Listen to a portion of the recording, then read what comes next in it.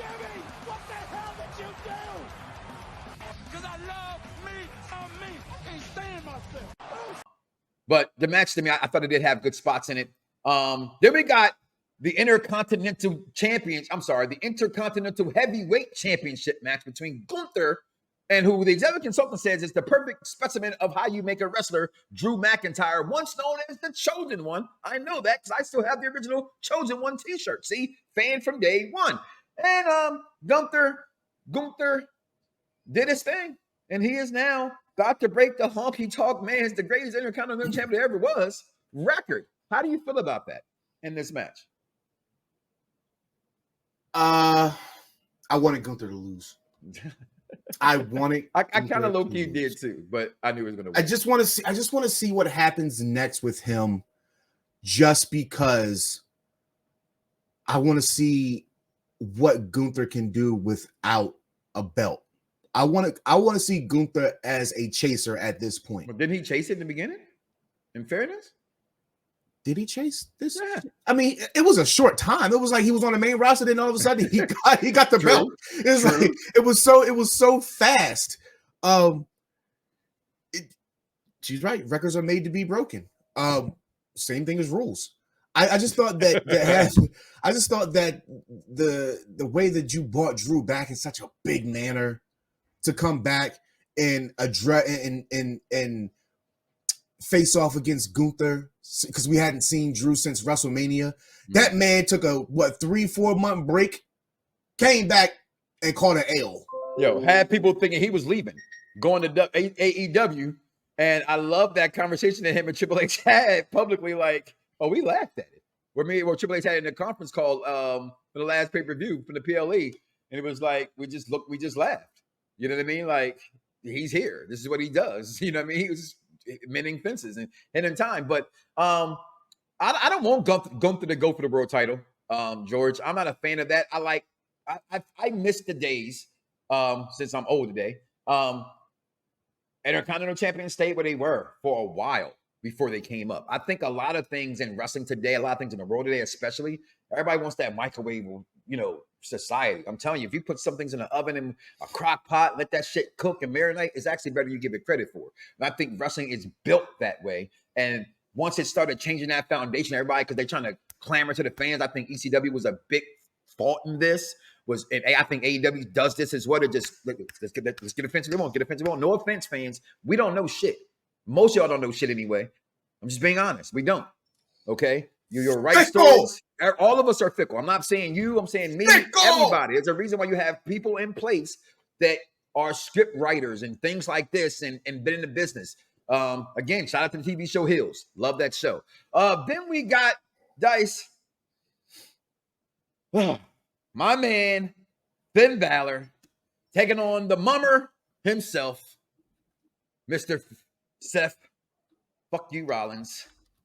Coming out here, making fun of my peoples, wearing clothes from back in the day. There y'all go with that bullshit.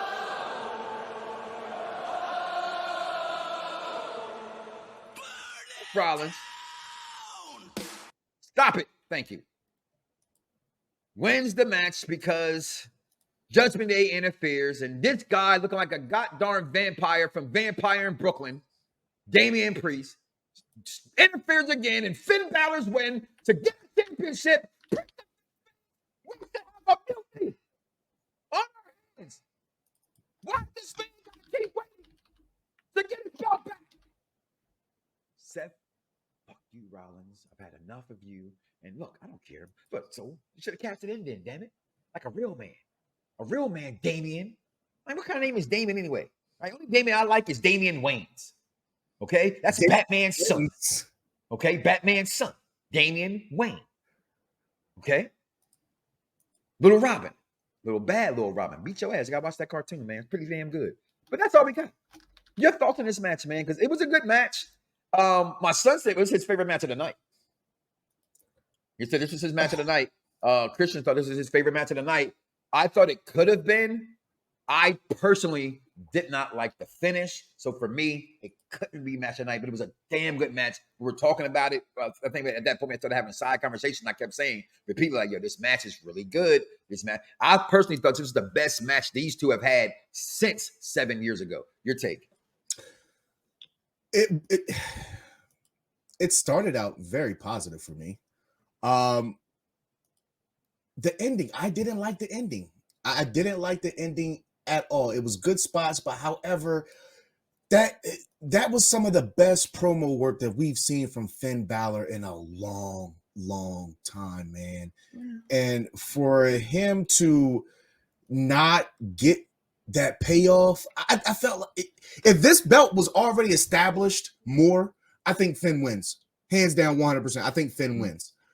However, you got Seth doing media and talking about how he wants this to be a workhorse heavyweight championship and he wants to bring prestige to this championship. But I'm not going to lie. I felt with Damian, how the way Damian looked at him. That was my look. And that continued to be my look for the rest of the damn night. But Finn did his thing, man. I felt for him. I felt for him because 7 years. You don't respect the Balor. 7 years.